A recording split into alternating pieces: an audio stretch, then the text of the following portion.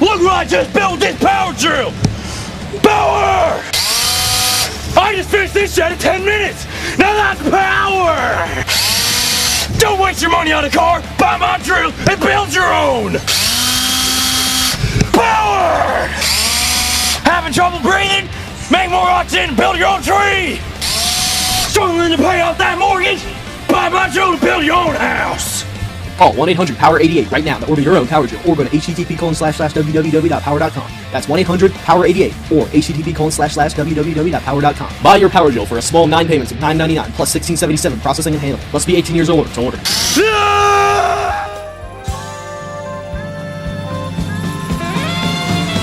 Hello, and welcome to the Chad and Joe Show. My name is Chad Weddle. And I'm Joe Loebker, and today we're going to be talking about the film festival that we will be having on April 24th. Yeah, and so this film festival, that we shot back in the fall, we had every intention of showing in a live audience, but somebody decided to give us a pandemic. Yeah, and with this pandemic rearing its ugly head, we've kind of had to get creative with how we're going to experience this together. We wanted to make sure that everybody could experience it at the same time, so we had to get creative. Yeah, and then we contacted Netflix, HBO, Hulu. Who else did we contact, Joe? We contacted Amazon Prime. We went the Google Play route. We even reached out to Fandango to see if they would put us on like the cinema section that they have going on right now. We sent envelopes of cash to Showtime. I think we what did you send to Voodoo? What, you sent something to Voodoo, didn't you? Yeah. I took a sandwich bag and I filled it with baked beans, and then inside the baked beans there was a slip of paper that had a note on it that said, "My name's Joey, play my movies." Yeah, they just sent it back, and so we fell on YouTube. YouTube said yes. They were about to it. Hosting our premiere. And Joe, I've never done a YouTube premiere. What's a YouTube premiere all about? Yeah, so essentially is you'll go to the link on April 24th, and together with everybody else watching, you are watching the movies, and you can chat and experience the movies at the same time. So it's kind of like being together while we're apart, experiencing this premiere for the first time together. It's pretty cool. So we got 3 movies, Joe, that we're showing on this April 24th on this YouTube, and all of them are kind of a bummer.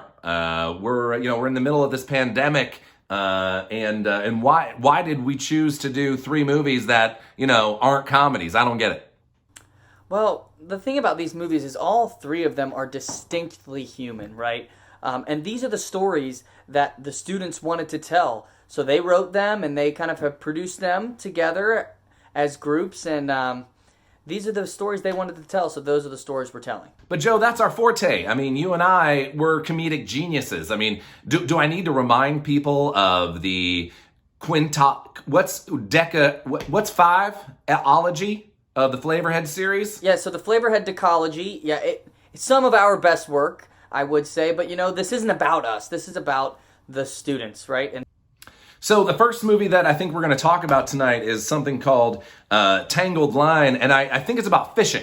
Nope, not really about fishing. There is a scene where you may see a character fishing, but... Okay, if it's not about fishing, I don't know if I want to watch it, but you did say that there's a fishing scene in it? Yeah, there's a fishing scene in it. All right, as long as there's some fishing involved, then I'll watch it. All right, so the next movie that we're doing is called Stories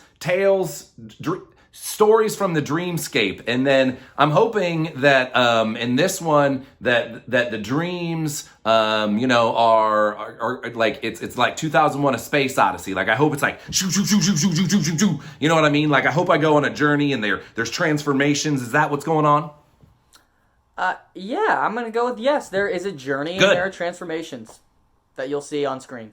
Good. That's what I want to see is just I want to see the whole journey, and I hope that they go to Jupiter, because that's my favorite scene is when he goes to Jupiter, that kind of stuff. And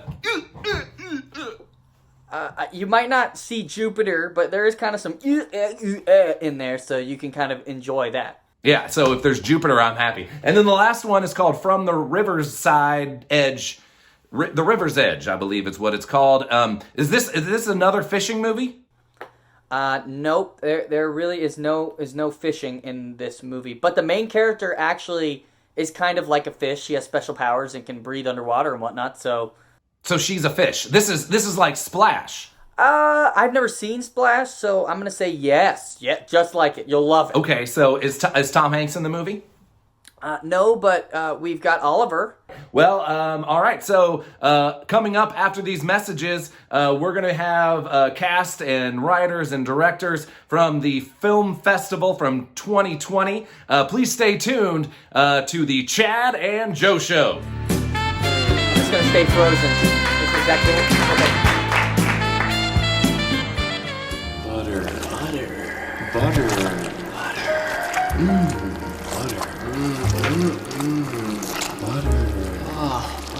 Oh, look at that butter.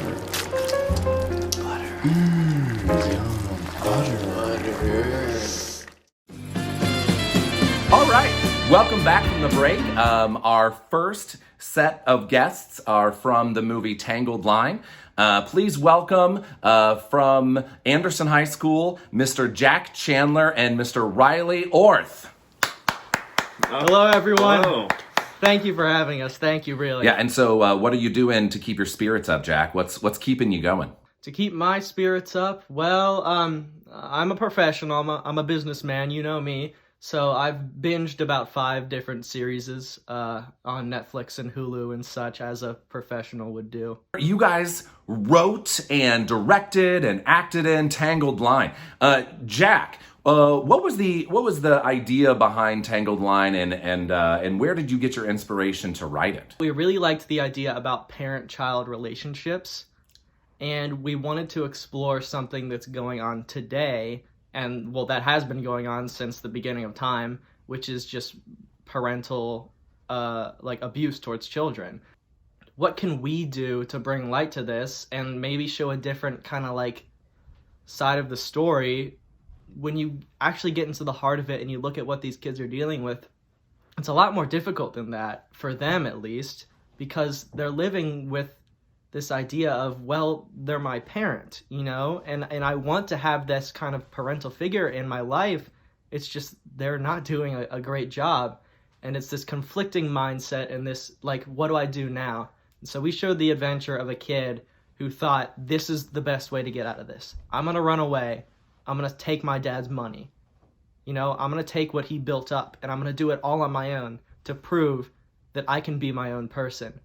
When really, in the end, it does just come down to get help from somebody, get help from a teacher, get help from the police. But he doesn't do it all on his own. Riley, why don't you talk a little bit about, the friend that he brings along with him? Not only did you get to write this character, but you got to play this character as well. So why don't you talk a little bit about that relationship? So at face value, what people might see from Sean is that he's there for more of comedic relief purposes. But what we actually had tried to do was, and hopefully this came across in the movie, was we wanted to have not only a parent and child relationship, but also a friend. Yeah. What is one thing that maybe stood out to you guys? It's this was a moment where I looked at it and thought, wow, I'm doing this thing and it's working. I would love to hear those kind of moments from you guys. The moment that made me think this is something that I'm doing right now. I put my heart and soul into this, and that was when I stepped into that 40-degree water. He's and right. I was all right, I buckled down. I was I need to get this shot because there's no way in hell that I'm gonna get into that pond one more time after this. So I mustered up all my courage, and I held my breath, and I got down under there for a solid 5 seconds. I was pretty proud of myself. And then I popped up and we finished the scene. But that was an almost out-of-body experience for me, because that was unlike anything that I had ever felt before. You guys in Tangled Line had a lot of cameos. There was a lot of adult involvement in terms of the acting side. Why don't you talk a little bit about working with adults? Yes. Who were some of these cameos, and what was it like working with them? We just got a big group of dads to come in, and they really lit it up. It was amazing. We got Jack's dad to play one of the cops, and then my dad to play one of the cops. They took the bull by the horns, and they committed, like, with their uniform and everything.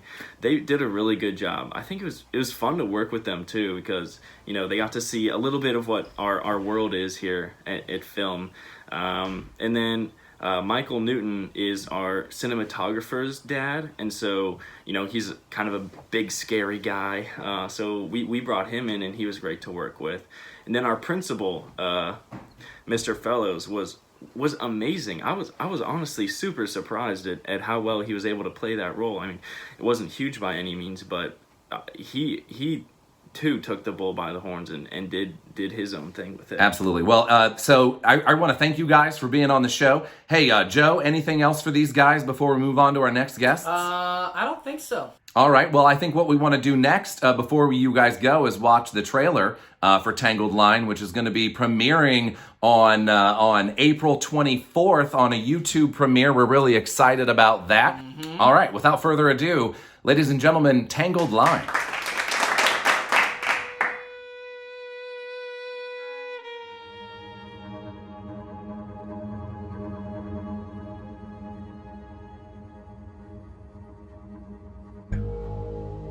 Did it happen again?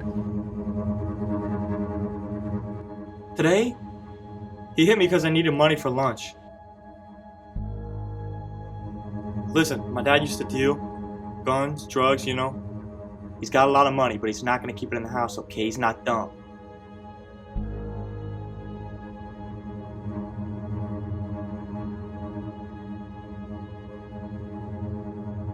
I think this map could take us to it.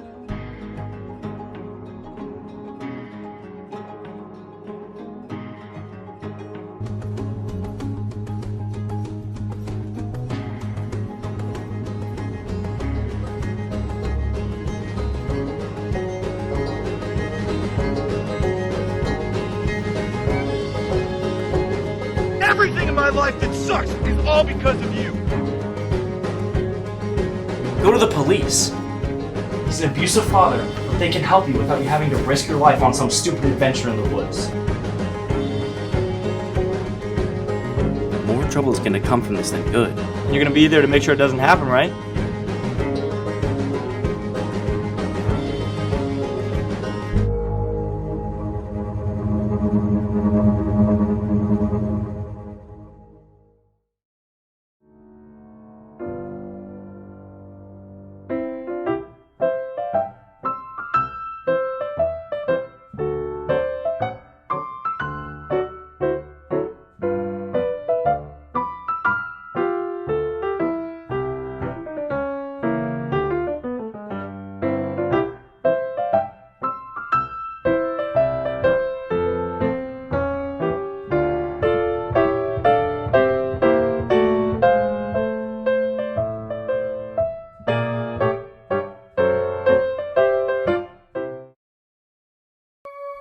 Are you feeling down and out?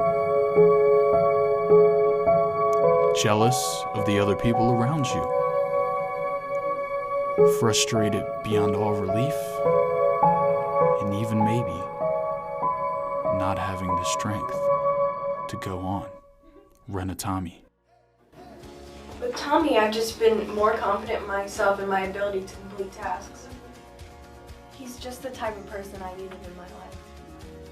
Tommy! Rent a Tommy today. All right, welcome back from the break. Now we're going to move on to our next set of guests. And so the movie that we're focusing on now is Stories from the Dreamscape. And here we have the writer and director, Miss Emily Ivanoff, and one of the stars, Miss Ella Chandler. So let's give it up for these ladies. Let's start with how you're doing. How are you two doing through this pandemic? I'm actually, you know what? I'm actually doing all right. I've been playing a lot of Animal Crossing. And how is your island going? My island is bomb. I'm kind of loving it. I have a town flag and a town tune, and my house is looking pretty great. And Ella, how have you been filling the time during this pandemic? I've been dancing a lot, trying to keep in shape, working out. You know, it's just good to have a lot of free time to do what I love. Let's move straight into stories from the Dreamscape. Emily, what was the inspiration behind this story, and why did you create this story? What was behind it? I dream a lot of fun stuff, like, and weird stuff, and I was just thinking about like how people dream such interesting things, and I'm like very fascinated by the concept of dreaming and like where it comes from and like how it's associated with the subconscious. You know what I like most about it is that you were able to put together the dynamic of 4 siblings living together with a mom that has passed and a dad who's working a lot. What was the inspiration there? It's because I wanted to kind of showcase different personalities and different kind of ways of support or different kind of ways of showing grief and how we cope with it. And I kind of think I narrowed it down to those kind of 4 that I wanted to see interact with each other. And then Ella, you played. You got the opportunity to play one of the siblings and the one probably struggling the most with grief. So tell us a little bit about your character, who you played, and what you used for your inspiration playing her. I've just actually taken a lot from myself because I feel like the characters were really similar in like what we like to do and just like how we deal with things, sort of.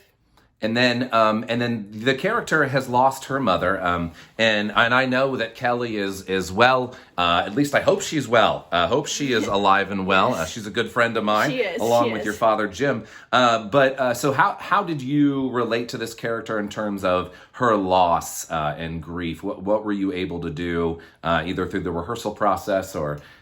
That part was actually kind of difficult because I've never personally lost someone that close to me before, but I feel like through talking to you and Emily and just like using different techniques, like I really liked the one about practicing the lines through your mirror to see like what you're doing and like what's happening and stuff. Very good. Joe?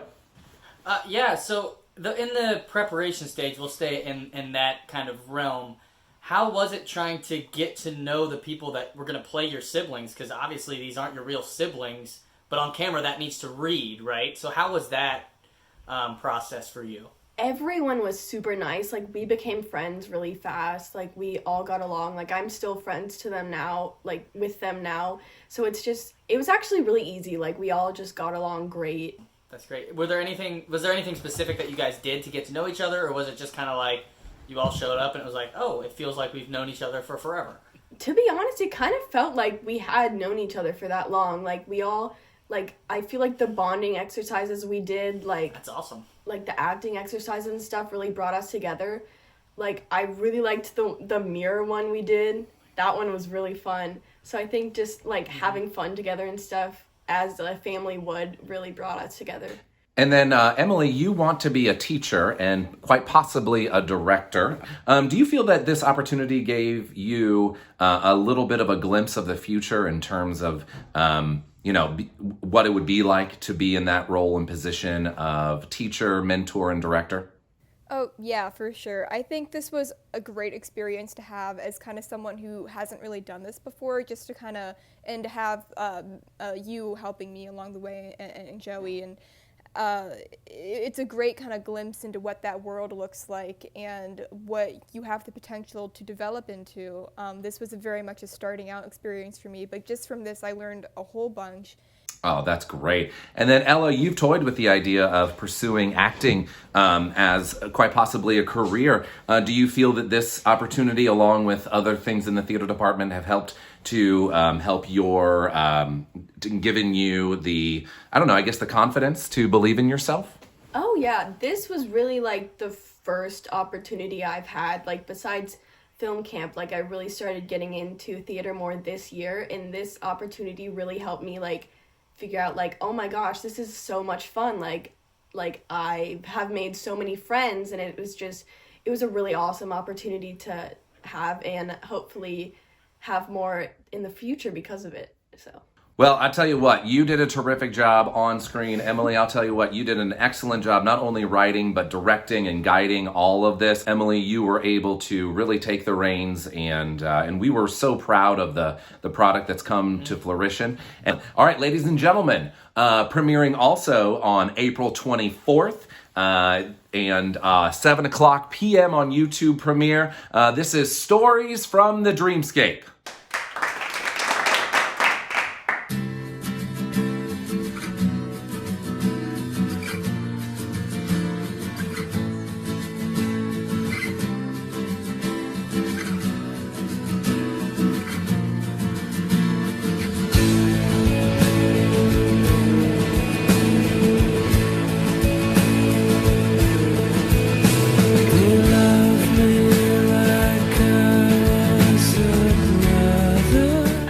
Trouble adjusting. They protect me. We're just worried about you, Ellie. Listen to me. It's about you and your grief. They tell me my very own daughter. I'm not struggling with my feelings. Give me sunshine. I'm just sorting through things. Me happy. My strength. Remember about your mother's bedtime stories. Stream. Then it's well past time they come back to you.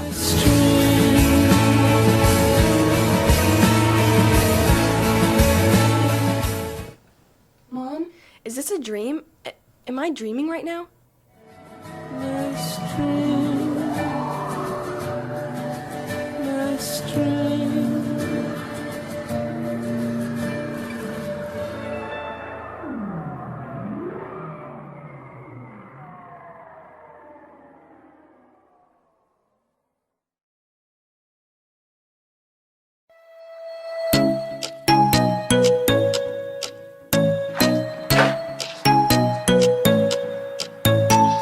Wow, finally a bubble that can't pop.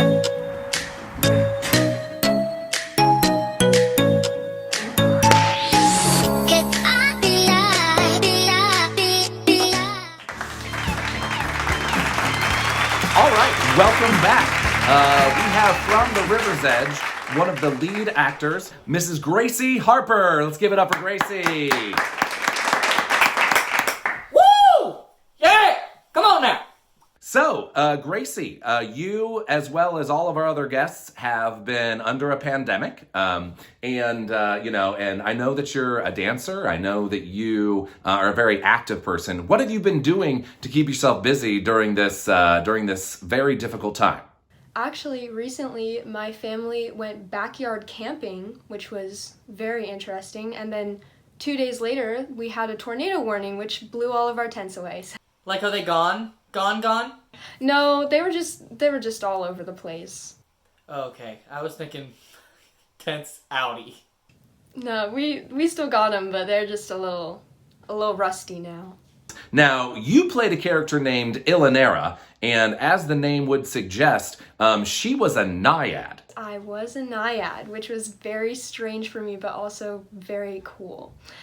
Joe and I are huge fantasy buffs, right? We love all these fantasy characters. We love the Marvel Cinematic Universe. We're huge Lord of the Rings fans, Game of Thrones, all that good stuff. But there's never a naiad in any of those. Can you explain to our audience what a naiad is?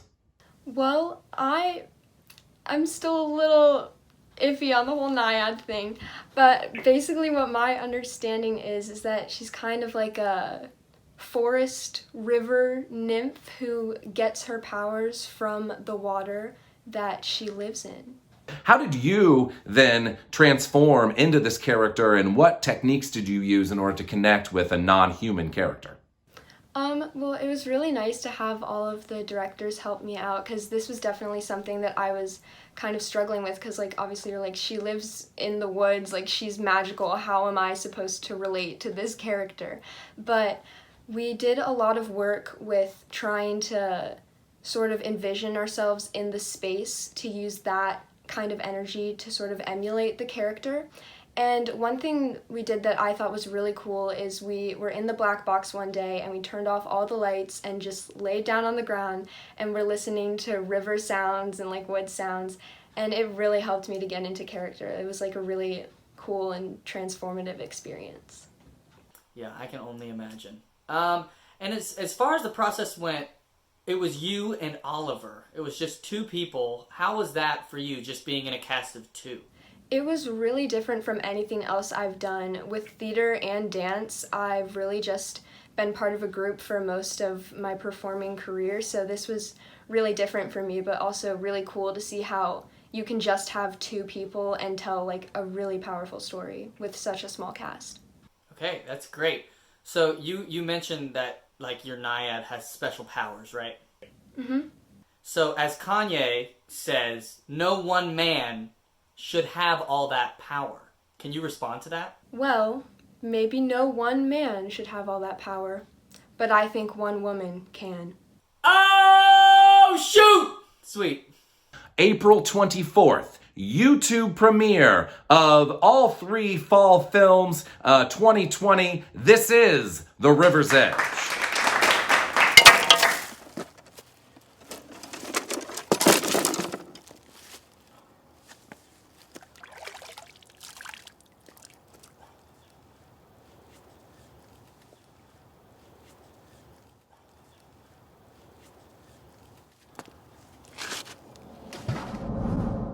Is someone there? Do all naiads wear a veil like yours? My veil is what keeps me safe. It's the only true protection I have. You should not be resigned to permanent solitude. I will return. No. I would love to see the advancements of the modern world. Here. This is a compass. No matter what direction it's facing, it always points north. In the future, could you see us being more than friends? Perhaps, but I would prefer not to think about that now. Surely you can just settle for becoming my friend, right? Yes, I suppose I can. I haven't seen you in days, Raoul. Is everything alright?